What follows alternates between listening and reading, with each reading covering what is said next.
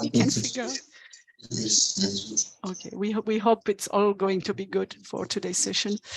So perhaps, yes, we will have, thank you, George, we will have Amaranta explaining a little bit the housekeeping, and then we will start. Yes. And then I will present our new guest. Thank you, Diane. Hello and welcome to everyone. As always, as every Tuesday, we really appreciate that you're making the time to attend to these live sessions and that you're still working so hard on the course. Please leave the chat function visible throughout the session. You will be able to ask questions or make comments live by raising your hand and then activating your camera and microphone. You can also ask a question in writing, as always, in our Google Doc for questions. The link for that is in the chat. We'll be using the breakout rooms today again. And once we start the group assignment, you'll be able to choose your group. You will find all the information regarding the group assignment on the chat. And finally, the recording and the PowerPoint presentations will be available to you afterwards on the live session page on the course platform. I will now turn the floor over to Diane. Have a good session, everyone. Thanks a lot, Amaranta. Hi, everyone. Today, I would like to introduce you to Fadi, who will be working with the group 2. Indeed, as you know, Talia is on mission, and given the difficulties to connect, and as well the fact that today she will be not available, being in meetings, Fadi will take over. Perhaps, Fadi, would you like to say a word? Hello. Part of you know me already from module 4. That's true that I was with the French-speaking group, but I already worked on Vindoland some time ago in the last years. So I'll be with you today with pleasure. I'm a former staff of IIP and still working with IIP because, you know, when you are in a house and you have to leave, you can't do that this way. You always stick to people to bother them and ask them questions and disturb them. So I love it. I love it. Okay, let's have a session today. I'll try to follow Talia's work and hope we can make some progress. That's it. Speak with you later. Thank you. Thanks a lot, Fadi.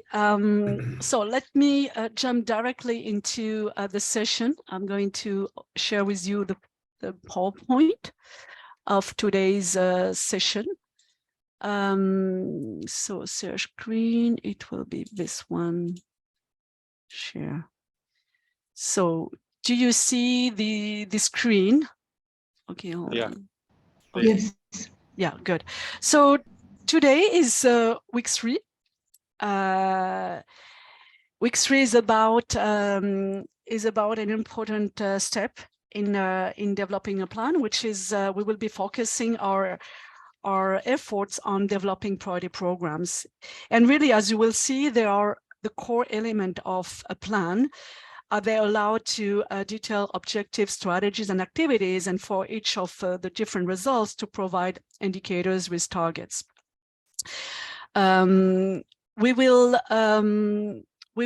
perhaps, okay, hold on, I have to admit. For today's session, we will spend a few minutes discussing with you on whether you have any feedbacks you would like to voice on the week 2 assignment, which was on the objective tree. Then we will be reviewing together around half an hour the priority program design presentation. We will describe the week 3 assignment, which is on the priority program design, and then we will deep dive into your objective tree. The idea being that together today we complete your objective tree so that we can start the priority program design. So first, do you have any, would you like to, any comments you have on week 2 assignment on the objective tree, your impressions? Do you have some burning questions about it, difficulties, or positive statement about it? Would you like to say something? Let's take a few minutes to perhaps for you to share your insight.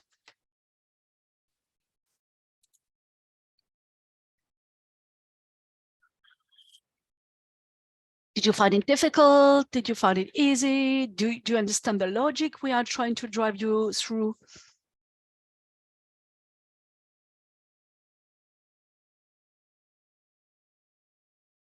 Everything is perfect? Yeah, of course, when you're beginning, things look so difficult, because when I first heard about the objective tree, I couldn't imagine what it could be and how one would derive the challenges, the strategies, and then the activities. But I think first week was a little challenging, because we were supposed to read the Vindoland extract and then come out with the challenges.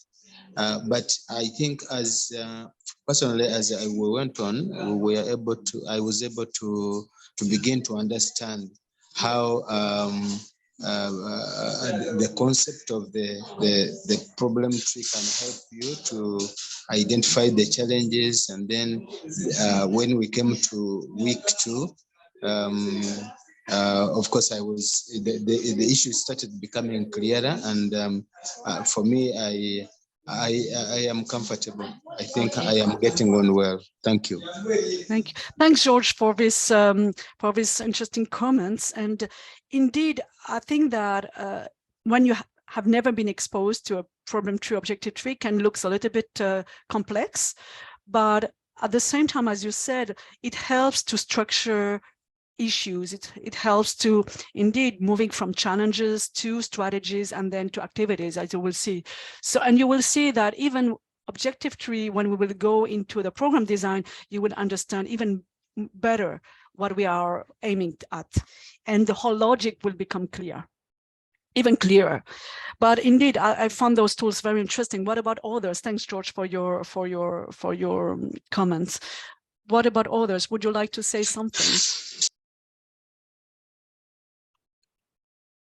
Yes, Augustine, please.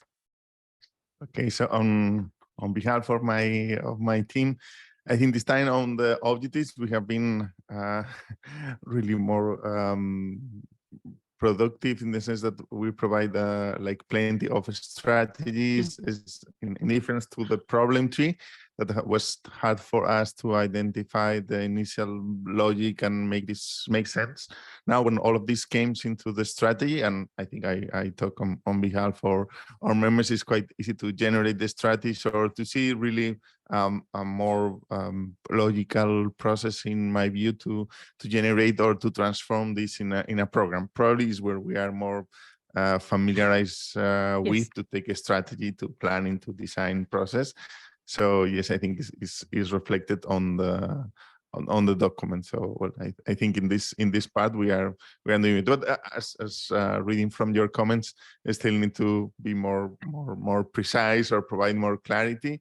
But in terms of the process, I think has been going really well from our times. But I also invite two other colleagues to express something if they want. Thanks, Augustine.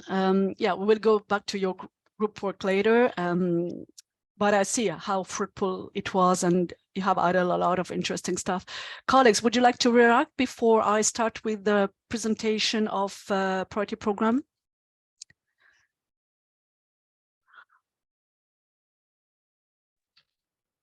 No?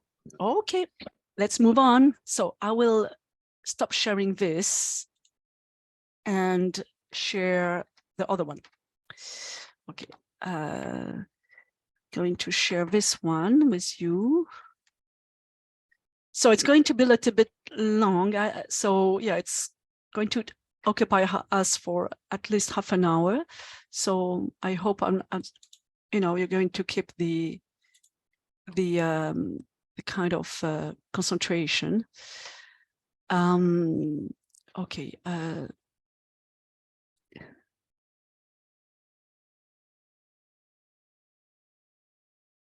So do you, oops, so you don't need to see me actually. Yeah, okay, do you see, sorry, what's happening here? Okay, Do you see the screen properly? Yes, yes, Okay, we can. great. Yes. Thanks, Priyanti. Thanks all. Thanks, George. Okay, so today we will be discussing how to design priority program. Okay, what's going on? Sorry, I have problems with, it's blocking. I don't know why it's not moving. Sorry, I have a little problem. Okay, so today we will be presenting priority program, how to design those priority program. Priority program are the core of ESP development. As they're detailing the objectives, strategies, and activities with related indicators and targets. Oops, sorry, there's something really here. I think there is this automated things. So yeah, so sorry, I got a little bit distracted. I think there's some, can you mute yourself? Those who are muted, unmuted, can you mute yourself? Thank you. So, so when we develop a plan, it's important that we have in place the right expert working on the different aspects of the plan development. For instance, if you are discussing teacher training, it will be important that we have people working on teacher training. This phase will be the more time consuming and will require adequate technical support in program design techniques from knowledgeable individuals. Here is an overview of the overall ESP structure. As you can see, the priority programs are derived from the overall plan goals and policy priorities. Each program priorities is broken down into a program with relevant strategies and activities that will ultimately allow you to reach the program objectives and goals. Before beginning the nitty-gritty of the program design, it will be important to decide on how priority program will be structured in your plan. There are many ways to structure programs, including by subsector, by thematic entry points, such as access, quality management, or a mixed approach that combines subsector and thematic entry. It is also important to note that the terminology of program design varies between plans, and there is no one ideal structure or terminology. The important thing is to be consistent in the use of terms throughout the process. When designing your priority program structure, you must also decide how to handle cross-cutting issues, such as gender, disability inclusive education, education for sustainable development. This issue could have their own separate program, could be integrated as sub-program in other priority program, or fully mainstream within priority program as strategies. Once the overall priority program structure is determined, the technical working group can begin on their program design, utilizing a program design template. While there are different ways of presenting templates, here is one that we will be using in Vinderland. The template draws from the logical framework approach. We will cover the logical framework in more detail in Unit 3, but you may already look at Module 3 workbook if you are interested, especially the annexes, for an explanation of this approach and an example of a log frame.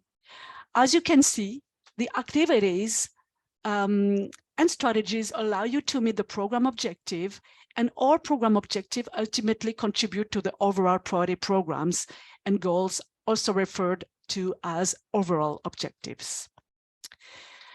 In order to begin our priority program design for early childhood education, let's return to our developed EC Access Objective Tree from last week. It will be a useful jumping off point for our EC Access program design, as it already allowed us to identify a specific objective and associated strategies and activities, along with broader goals and overall objectives. We will now go through the process step by step of transforming our EC Access Objective Tree into a fully developed EC Access programs. While the full priority program design includes selecting indicators and targets, for now, let's just focus on developing the priority program objectives, strategies, and activities. Looking at our EC objective tree, we can take our specific objective EC access increased, which can then become our program objective. We may then want to further expand the objective statement, try to be as specific as possible, considering the policy discussion that have occurred so far and what the plan hopes to achieve around this particular issue. For example, perhaps it is a major objective in the plan not just to increase EC access, but also to have EC access to be more equitable and to be accessed for all groups of children. You can then formulate the program objective as increase equitable access to early childhood education for all children. Now moving on to strategies and activities. The first row of our objective tree will be our strategies, and each of the blocks below the strategy will be corresponding activities. Taking the first group of blocks on the far left of your tree. You can write the strategy early childhood education cost reduced in the template under strategy 111. As this will be an ongoing strategy, you may want to rephrase this into a using present tense, for instance, reduce early childhood education cost. We can then include the 3 activities that are related to the strategy. We then continue with the rest of the problem tree. Until we have included all the activities and strategies into the program design. Lastly, the goals overall objective from our objective tree can be used to construct the overall priority program objective. This will not be as straightforward as initially thought. Indeed, there might be there will be lots of rewarding and brainstorming, and you may be aware that the goals may not be directly relevant to the particular priority program. Indeed, many priority program will feed to reach a specific goal. So, for instance, here we have different layers of goals. So the upper layers related to improve outcome and efficiency at primary level will not be directly related to EC priority program. However, we can incorporate improved school readiness as a major element of our EC priority programs goals, such as all children have access to quality, equitable early childhood education, providing them with the foundational skills and knowledge to succeed in primary school. So you will see this is a very broad overall goals that is meant for the whole early childhood education subsector, addressing issues of here quality and access. You may be thinking now, okay, we are done, but not yet. Indeed, this is just a start point for program design. You will see that at the end, the version you have here may be changing. Indeed, after you have transferred the objective and strategies and activities from the tree into the program design template, you will need to make adjustment and have further discussion within the technical group to make sure that strategies and activities are relevant, coherent, and sufficient to reach the program objective. First, you can ask yourself if the strategies are sufficient to reach the program objectives. Are there other major strategies missing? Related to this, are the strategies coherent and compatible with one another and with the program objective? Our major 3 strategies allow us to tackle supply side issues through the expansion of EC program in rural areas, but it also helps us to address demand issues through reducing cost and increasing parental demand. We have therefore covered the major relevant areas for EC access, and they are all coherent and complementary. However, there is one piece of the program objective that may not be entirely addressed. We have emphasized earlier that we wanted to increase equitable access to EC for all children. To achieve this, you might want to adjust our supply related strategy 113 to ensure that we are expanding program to be accessible and compatible for marginalized group. Our data has shown us that girls and children with disability have particularly low enrollment rates in ECE due in part to lack of gender and disability inclusive schools infrastructure. We can therefore adjust strategy 113 to read, expand early childhood education programs that are gender sensitive and disability inclusive in rural area. Now, moving on to the activities. First, we should ask if all the activities within each strategy are appropriate for the program. In our example, we are designing the program for early childhood education access. Therefore, all of the activities should be focused on EC access. However, there may be some EC activities from the problem objective tree exercise that will actually be more appropriately tackled in other programs. Can you spot those two activities where that are not fully appropriate to a given program? Can you spot them, for instance, here? Yes. Yes, go ahead. Yeah, which one do you think are not fully appropriate? Oops, sorry, I'm giving the answer. Yes, please, George. Which one do you think is not fully appropriate? Let's say in strategy 113, you have 4 activities. Which one do you think would fit better in another program?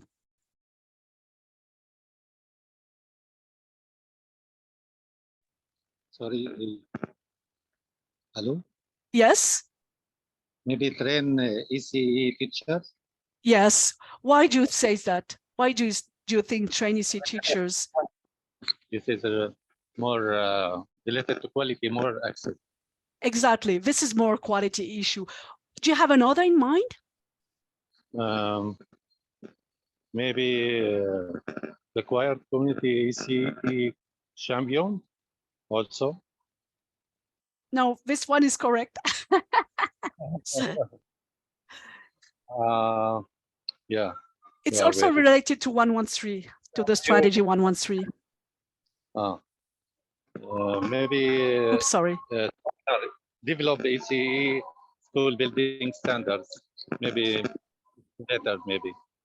No, this is also part of access. Actually, I'm going to give you the answer. The other issue is really related. It's about the incentive. Incentive for teachers is to attract teachers in rural areas. Incentive is more related to management. Usually it falls under governance and management of HR resources. So that's why. But again, this is when we say that there are better places in other programs than here, it does not mean that at the end of the day we will just rule them out. We just need to make sure that we are liaising with the right technical group to ensure they are tackled there. But it's also here, you may also want to remain it here. It's not fully wrong. It's just that, as you will see, there are coherence when we deal with quality and when we deal with governance. But it's not wrong, okay? Thanks. So let's move to another issue. Oh, this one is fully okay. Lastly, another question we have to ask ourselves is whether all the activities within a given strategy are sufficient and relevant. Are there any refinements you can make to your activities or additional activities that can be added to better support the related strategy and the program objective? For instance, here in our example, under strategy 113, we want to address the issue of inclusion of girls and students with disabilities. Then what we can do to do that, we can specify that the ECE school building standards will be disability inclusive and gender sensitive. Accordingly, we will build safe, disability inclusive, gender sensitive, child-friendly ECE facilities. We can also add an additional activity to upgrade existing schools to ensure they meet new national requirements. We can likewise adjust some of the activities to be more specific and relevant. For instance, Forster Free Public ECE is quite broad. We can instead specify that the activity would be, for instance, to foster free public early childhood education through assessing sustainable strategies to remove school fees. Provide targeted cash grants could also be refined to specify that they would be entitled to disadvantaged families, as they are the one you will need to support with EC cost. Okay, so it's how you will be able to refine your strategies, your activities when you will be designing your priority program. And the more specific, the better, because you ensure that you are targeting relevant interventions. Again, your strategy and activity design is not yet complete. This is just the first round of adjustment. We will continue to make this necessary refinement to our programs throughout the rest of the ESP development process, and especially when you will be discussing the affordability of the plan.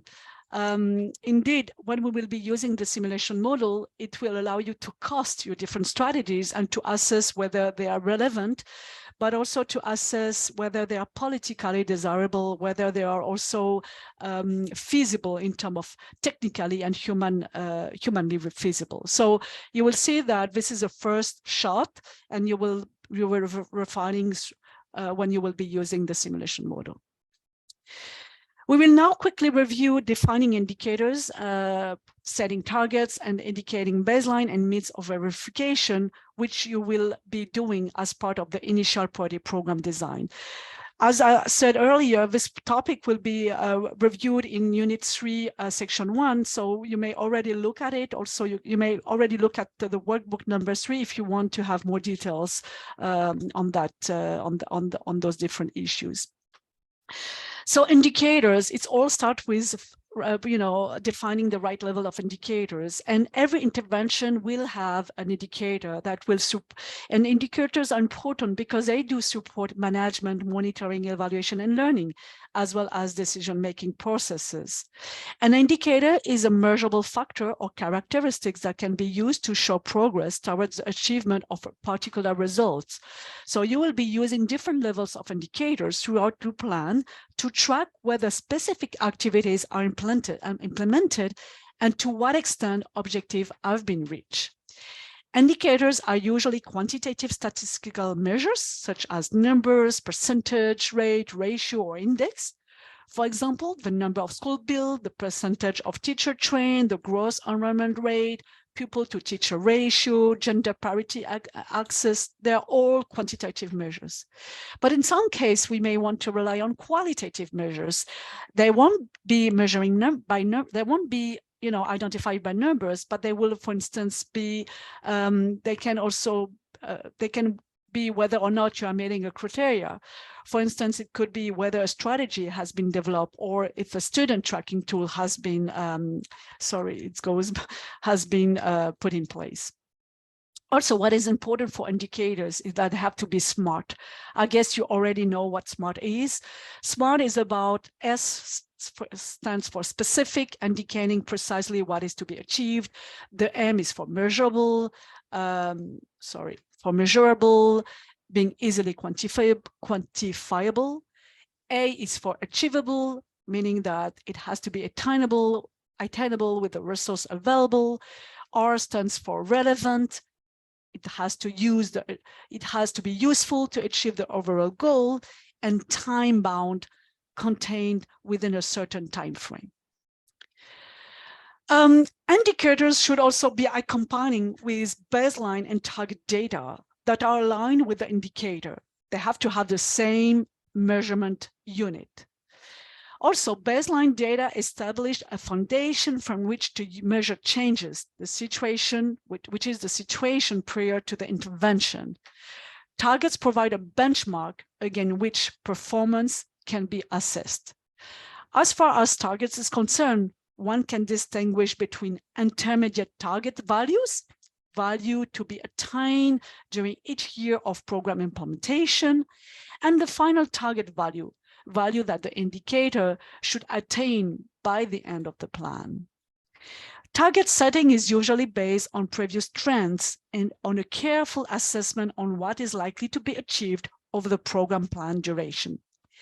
Indicators and their related baseline and targets serve to describe a situation, measure progress, and can alert when progress is not on track and could jeopardize a program's or plan's success. In our example, a relevant indicator to track access to EC could be the EC gross enrollment rate. The baseline in our current exercise is 60%, while the final target is set at 85% of GR by 2027. And then we will have to define intermediary target. And for that, the simulation model will be a very useful tool to to set those targets, as you will see. So during the process of identifying indicators, it's essential to determine where and how the data will be collected. Sorry, we have losing people.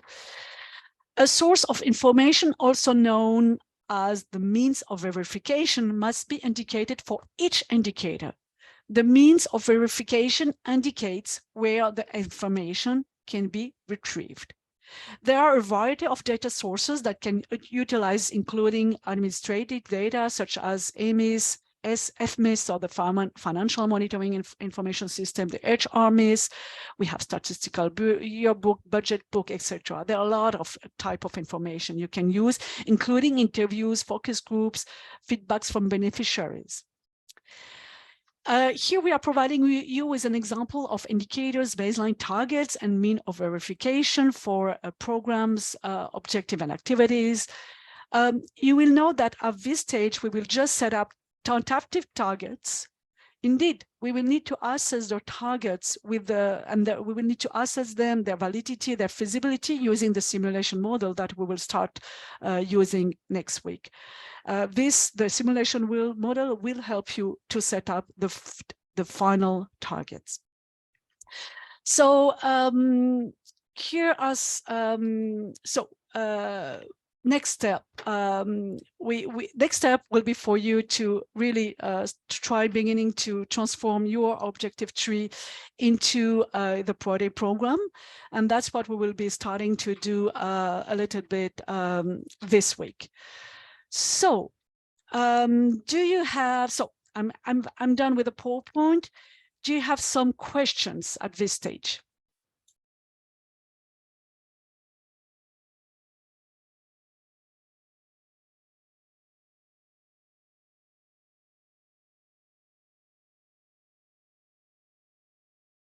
It can look a little bit, again, complex, but you will see that it looks more easy once you will be doing it, by using a step-by-step approach. George, would you like to say something? I think then you have well explained this from the project tree to the priority program, and you in the slides you have shown how we derive the overall objectives, the specific objectives, and then the activities.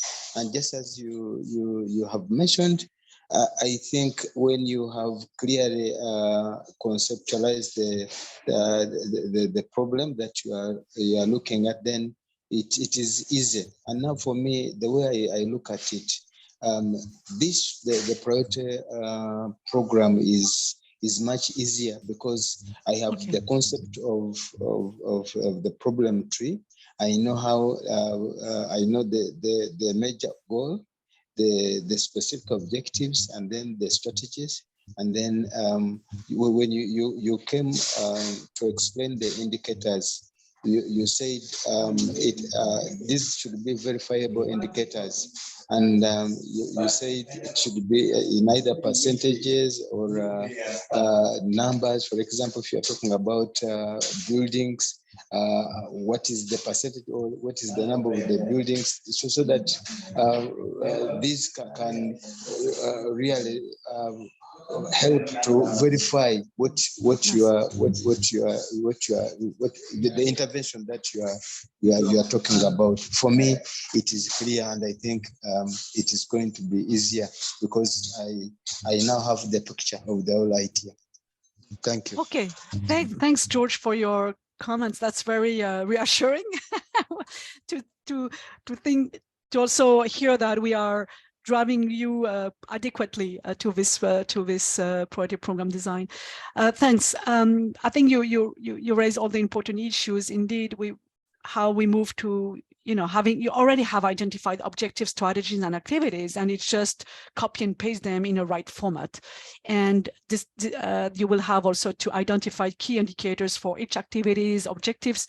You will see that yeah, there might be some issue with the identification of more upper level results, but we will go through that together in any case. So it will not be, don't worry, we will, I'm sure it will be okay.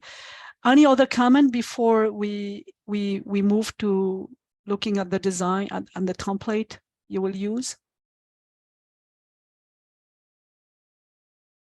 All good? You all okay? Let me reshare then the screen, or let me open the. Okay, I need perhaps to open the. I will open the work. I think I already opened it. Sorry, I just need to close that. Share.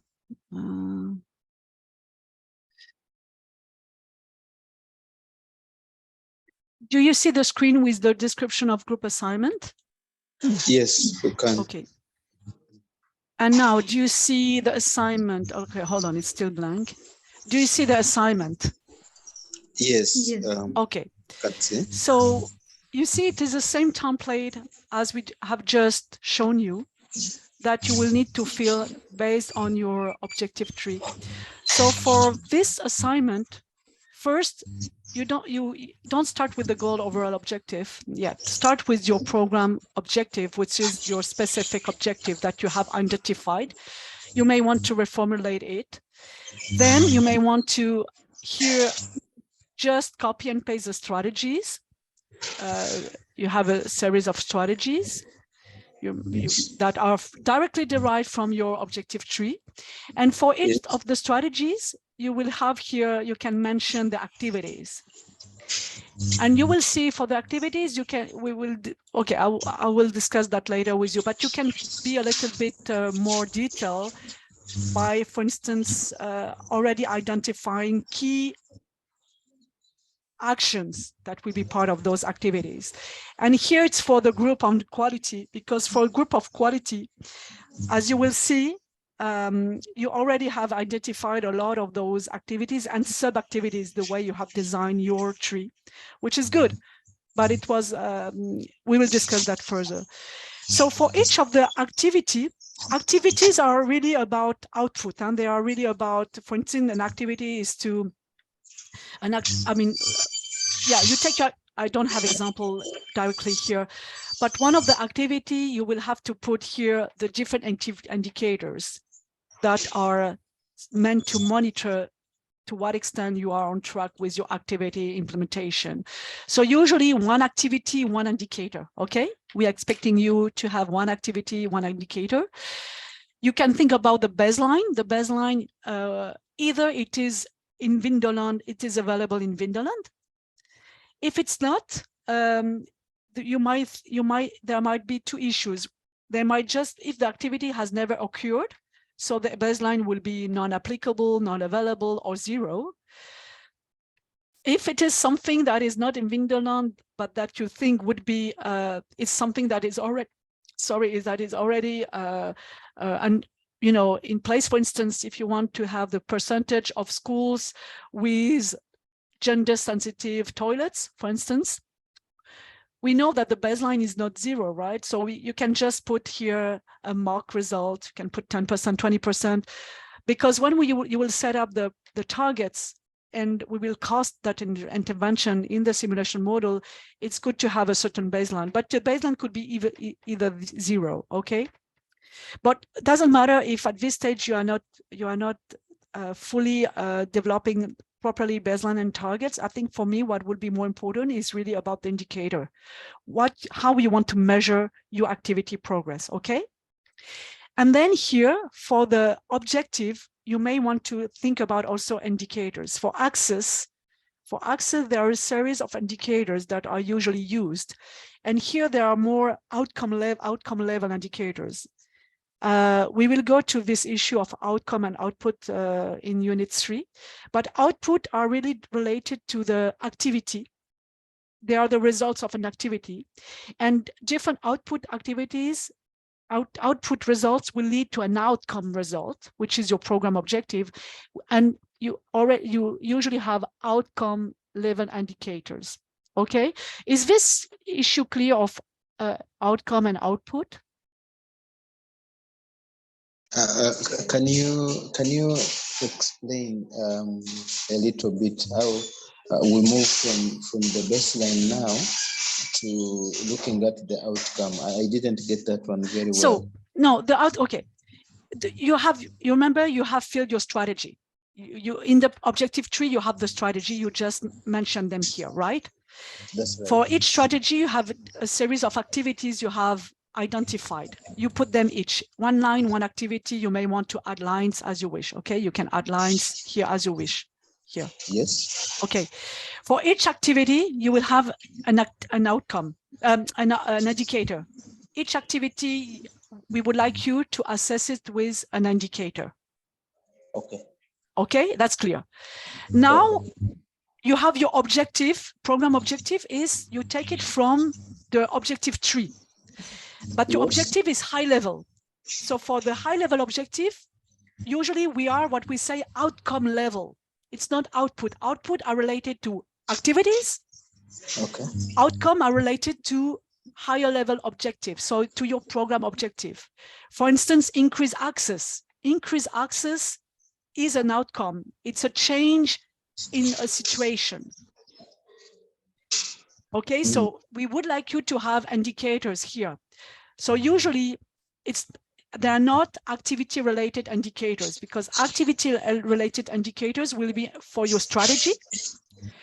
And here it's more results. We want the result that goes, all the activities are allowing to produce the objective. And we want you to identify the right indicator level for that objective. And we call those objectives level outcome level, because they're a higher level. And they're also entailing a change, an improvement in the situation, like increased access. Okay. For instance, what is a good example? What is a good indicator for access? Which one do you usually use when you want to monitor access? Gross. I think increase the number of learners. Like no, we are... a number is not good, because a number is not telling you vis-a-vis the number of kids in school. What is more appropriate then? What is really allowing you to assess coverage? A number is not coverage. Percentage. So the percentage of what?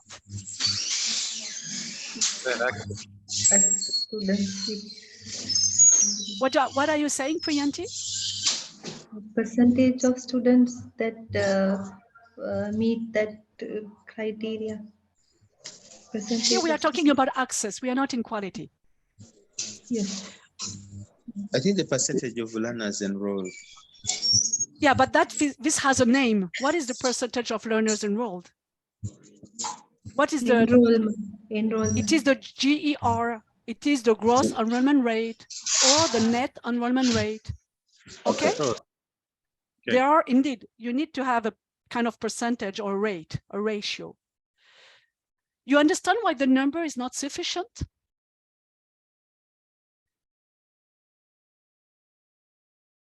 Why can someone tell me why you think that the number, why am I telling you that the number is not sufficient as a measure for progress? Because the number don't give you the real thing.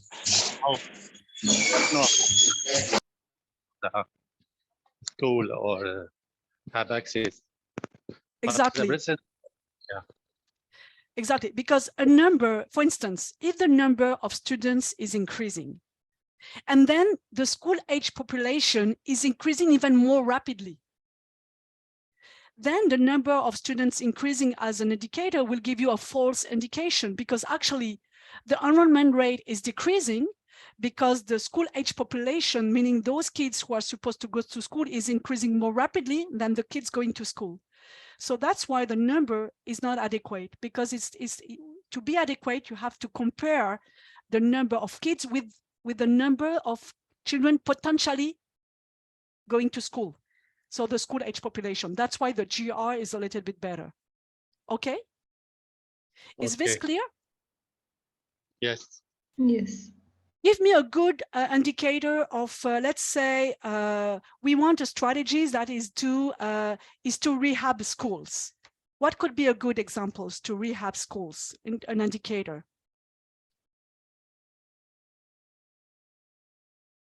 So here it's low level, we are activity level. If you want to rehab school, what do you do as activity?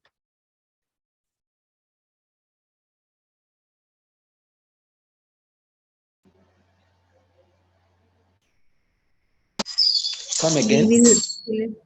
When you rehabilitating schools, you do so what do? You do in a school and you repair, right? So an indicator, if your strategy is to rehab all the schools, what type of indicator would you use to track that you are rehabilitating properly the schools?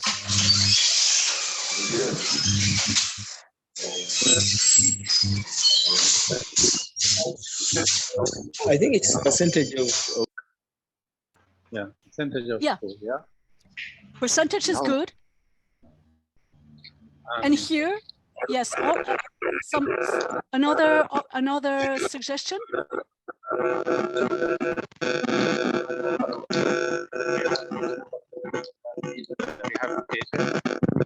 I cannot hear you well.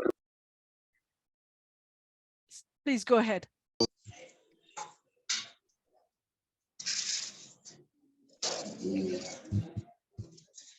What was the other suggestion you had in mind? So the percentage is one. Another one is okay as well. And that's the one, the basic one. Which one? I mean, number of schools rehabilitate. Yes. Okay. Do you understand? I think now, because there is nothing written, we don't picture properly.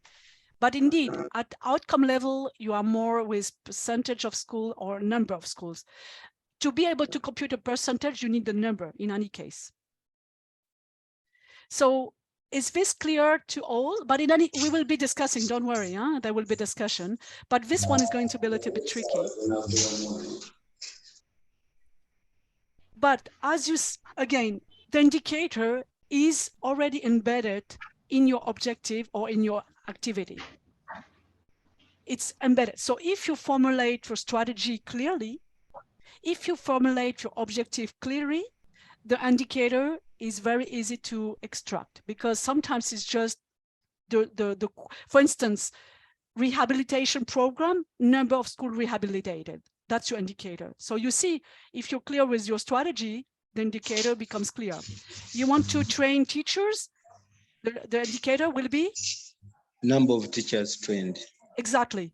So you see, that's why we are very keen to properly formulate strategies, because then it will make easy your also the identification of indicator. It will be a little bit more difficult, as I said, at objective level, because we are talking about outcome indicators. For instance, for quality, one of the objectives is to improve learning outcome of kids.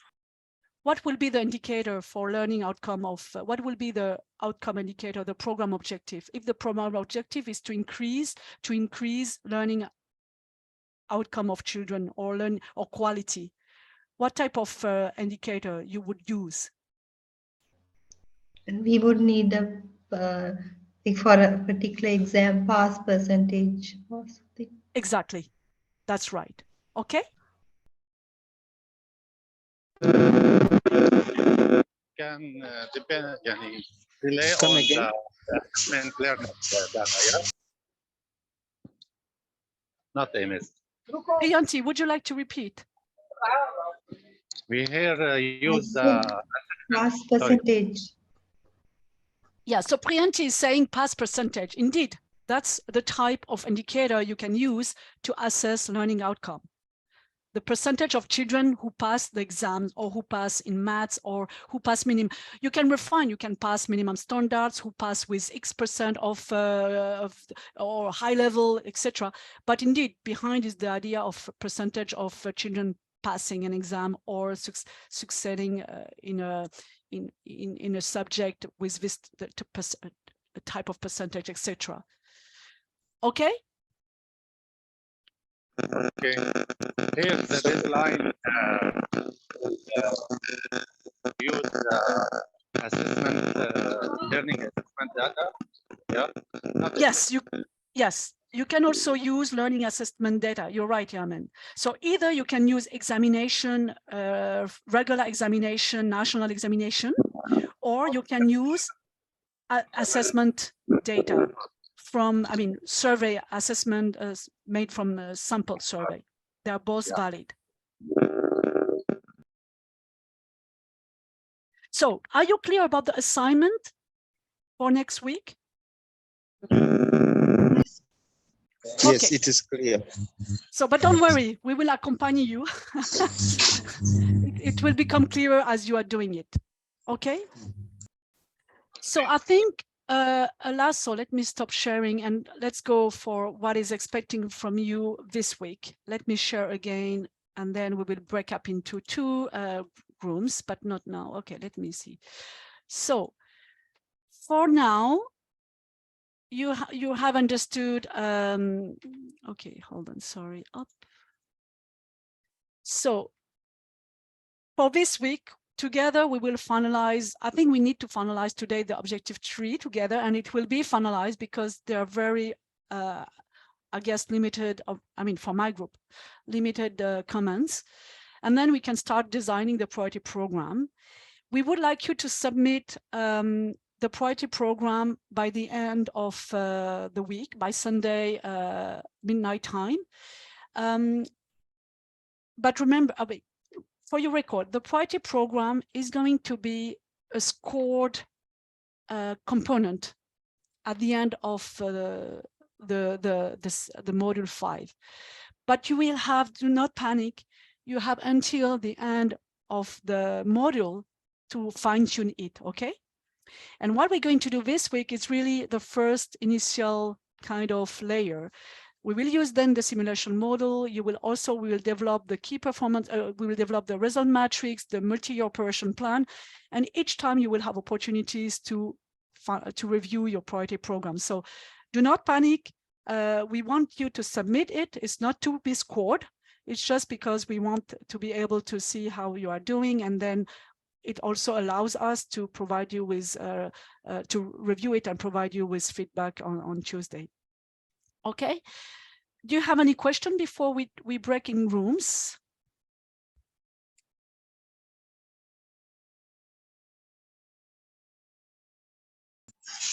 Would you like to explain something about the simulation model?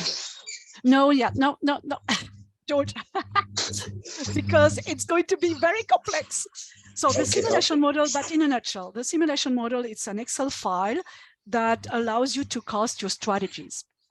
And you will be playing around targets. And according to the level of objective you want to reach, it will have average strategy has a unit cost. And at the end of the day, when you sum up all your strategies, so all the unit cost and all the costs, we come up with how much costs your plan. And you're going to compare that with existing resources available from the budget of the ministry. So by comparing that, if there is a big financial gap, meaning you don't have enough resources to fund your plan, you need to revise your targets, or you need to revise your unit costs, go for cheaper intervention, or you reduce the objective. Let's say you want 50% of schools to have latrines separate for boys and girls. If this is not too expensive, either you go for less expensive latrines, or you reduce your objectives to 40%, for instance.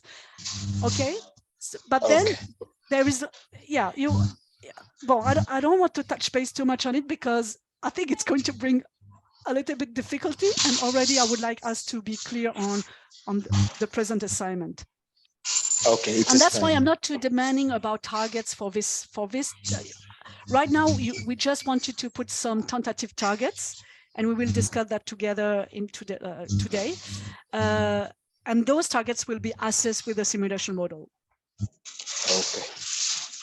But simulation model is really about an Excel file. It's not that complicated, but it can look complicated because if you are not used to manipulate Excel, but we have tried to make it as simple as possible. So you will see that. Okay. So I suggest, do you have any burning question before we move into the two groups for the next hour? No? So, okay, so Amaranta will drive us into the two groups. And so the group, perhaps for the newcomer, Fadi will be here to accompany group 2, as Talia is not able to make it today. Okay, thank you, Diane. I will open then the rooms and you can assign yourself to your group. You know by now if you're group 1 or group 2, so just click on breakout rooms and click on join the room that you belong to. Okay, so just to remind you, my group 1, okay? And Fadi's group 2. So Talia's, Fadi's group 2, my group 1. Okay, see you later. It's fine.